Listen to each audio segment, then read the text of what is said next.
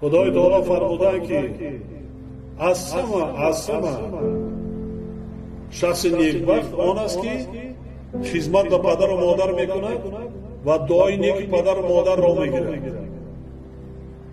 رسالتش به درجه است که مرتبهش از طاعت عبادت، از زیارت خانه خدا، از روزه و نماز از همه بالاتر است. بالا میست.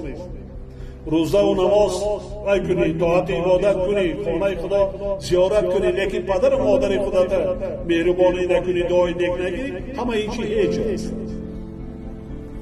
اول خدا میگه بعد پدر و مادر هم که نمیگه.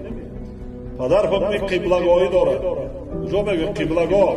یعنی پدر و مادر نمیشد، ما نبودیم، ما شما نبودیم. هیچ.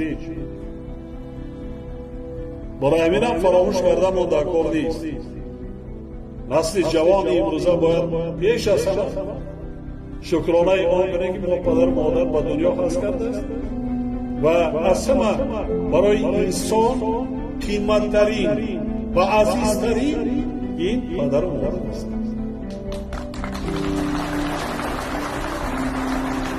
تا اکثر نگذرانی طبیعت انسانی همین است که به قدرش نمیرسید. بعد یکی میگذرد از دنیا دیگر میکوبی سر کورش میره و که با تو صحبت نمیکنه، دیگر ظاهرش نمیبینی.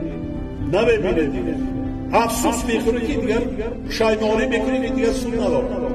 وقتی پدر و مادر من هم که گذشتن، وقتی بودن من فکر میکردم که اصلا پدر و مادر من از این دنیا نمیتوان، دنیا اصلا زمان است، پدر و مادر من هم هست.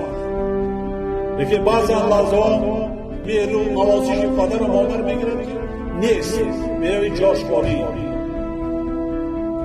آن نوازش با سخنهای نیک، با سخنهای بی نهایت نسبت به فرزند جوان پدر و مادر یگان کس بود